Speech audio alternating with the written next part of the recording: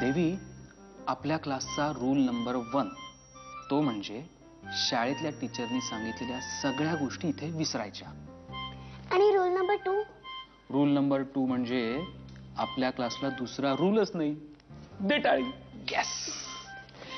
देवी, हे बघ, कधी मी आलो आणि तुला वाटलं की आज आपण पेंटिंग नको करूया तर नको करूया. नो जबरदस्ती. चालेल? सर, हे पेंटिंग मी कालच केलं. ओहो, वाह, मस्त आहे. पण देवी, हे पेंटिंग तू बेडरूम मधनं कॉपी केलंयस ना? हो. तुम्हाला कसं कळलं? हे आमच्या बेडरूम मधल्या पेंटिंगची कॉपी आहे. कॉमन सेन्स आहे. म्हणजे एवढी लहान मुलगी हे असं पेंटिंग स्वतःच्या मनाने तरी नाही काढू शकणार. आता मी तुमच्या हॉलमध्ये होतो, तिथे मला असं कुठलं पेंटिंग दिसलं नाही. इवन इथेही तसं कुठलं पेंटिंग नाहीये. म्हणजे नक्कीच तुमच्या बेडरूम मधलं कॉपी केलं असणार. अनलेस अँड अंटिल तुमच्या बाथरूम और किचन मध्ये तसं पेंटिंग नसेल तर. Wow, awesome. हे बघ, मला तुझा फार वेळ नकोय, फक्त अर्धा तास हवाय. पण मला खरंच कॉफी नकोय. कॉफी देणारच नाहीये मी तुला. मी तुला काहीतरी दुसरंच देणार आहे. Hotter than coffee. तुला कळत कसं नाहीये? येत्या अर्ध्या तासात जर काही वेडवाकडं घडलं तर पुढच्या अर्ध्या आयुष्यात आपल्याला एकमेकांना भेटता सुद्धा येणार नाही. प्लीज हट्ट नको करूस. मास्तर, काय शोधताय? हा, जिकडून आलात ना तिकडेच आहे. ओह, थँक्स. आलोच.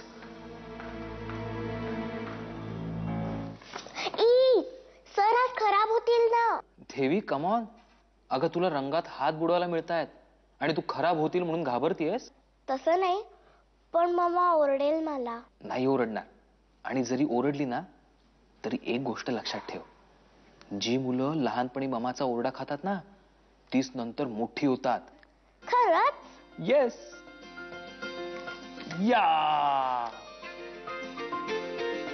यांच्या जिभेवर ताबा नाही. दुपारपासून भुणभुण लावले, पोटात दुखतं म्हणून.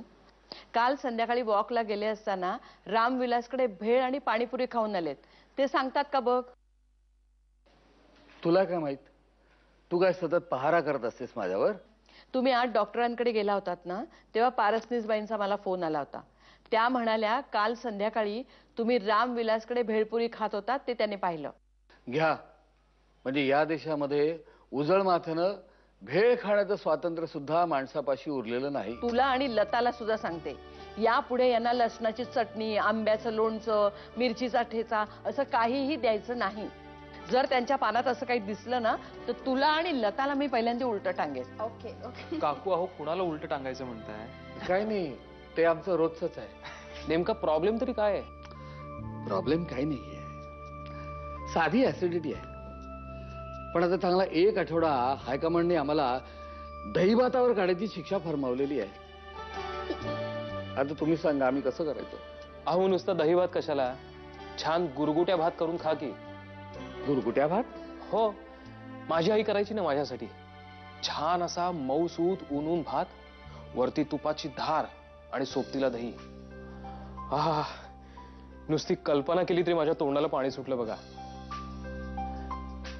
मी करू तुमच्यासाठी पटकन? अहो सर, तुम्ही कशाला? मग काय झालं? अहो, हार्डली 15 मिनिटं लागतील.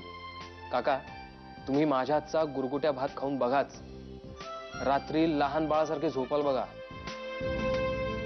अहो नको, मी ऍक्च्युअली मला चालेल. ये बात. मला पण गुरगुटा भात. येस. एकदा का केला ना की सगळेजण आवडीने खातील. नुसत्या वासना भूक खवळेल बघा. किचन इथे आहे ना, आलोच. बाबा, असं काय त्याला काय करायला सांगितलं तुम्ही? कहर आहे ना तुम्ही म्हणजे. काय हवं?